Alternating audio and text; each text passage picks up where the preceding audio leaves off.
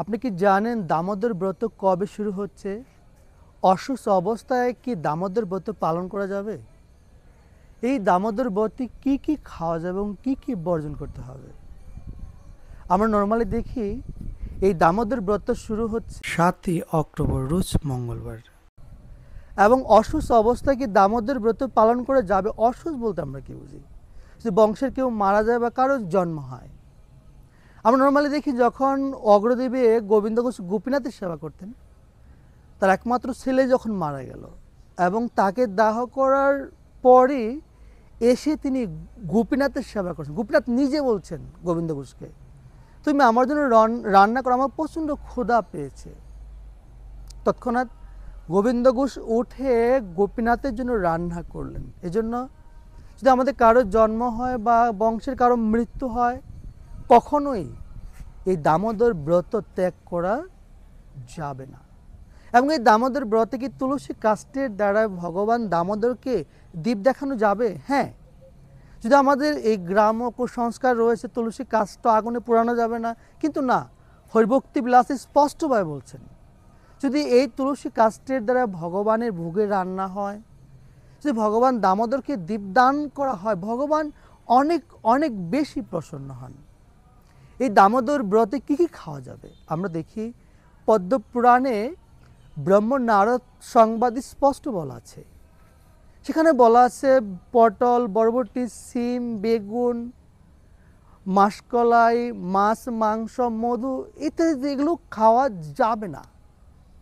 কিন্তু আদৌ কি এগুলো সকলের পক্ষে সম্ভব? বা আমরা যারা বলছি আমরা কি এগুলো পালন করতে পারছি না? আমরাও এগুলো পালন করতে পারছি না, কারণ এই কলিযুগে সবার পক্ষে এগুলো মেনটেন করা সম্ভব নয়। যারা আমরা মাংস খাচ্ছি তাদের পক্ষে নিরামিষ খাওয়াটাই অনেক দুষ্কর। এজন্য আমাদের এই শাস্ত্রীয় সিদ্ধান্তটা গুরুত্ব দিতে হবে।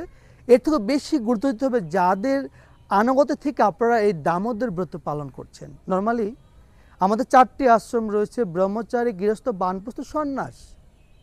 নর্মালি বলা হয়েছে পর অন্ন গ্রহণ করা যাবে না, পরে গৃহে ঘুমানো যাবে না এবং অন্যের দান গ্রহণ করা যাবে না।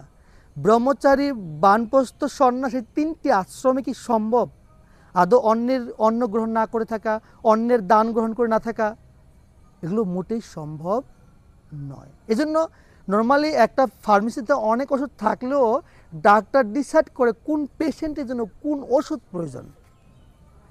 সেই জন্য আপনারা যদি গৃহে সম্ভব হয় এগুলো পালন করতে করুন, সেটি ভালো। আর যদি না পারেন শুধু মাসকালাইটা বাদ দিয়ে আর বাকি যত সবজি আছে আপনারা গ্রহণ করতে পারেন।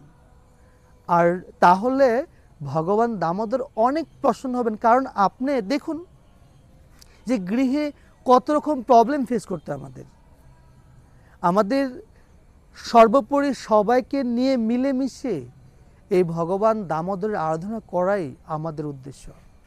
এতে যদি কিছুটা শিথিলও হয়, কিছু নিয়ম, তাতে ক্ষতি নেই।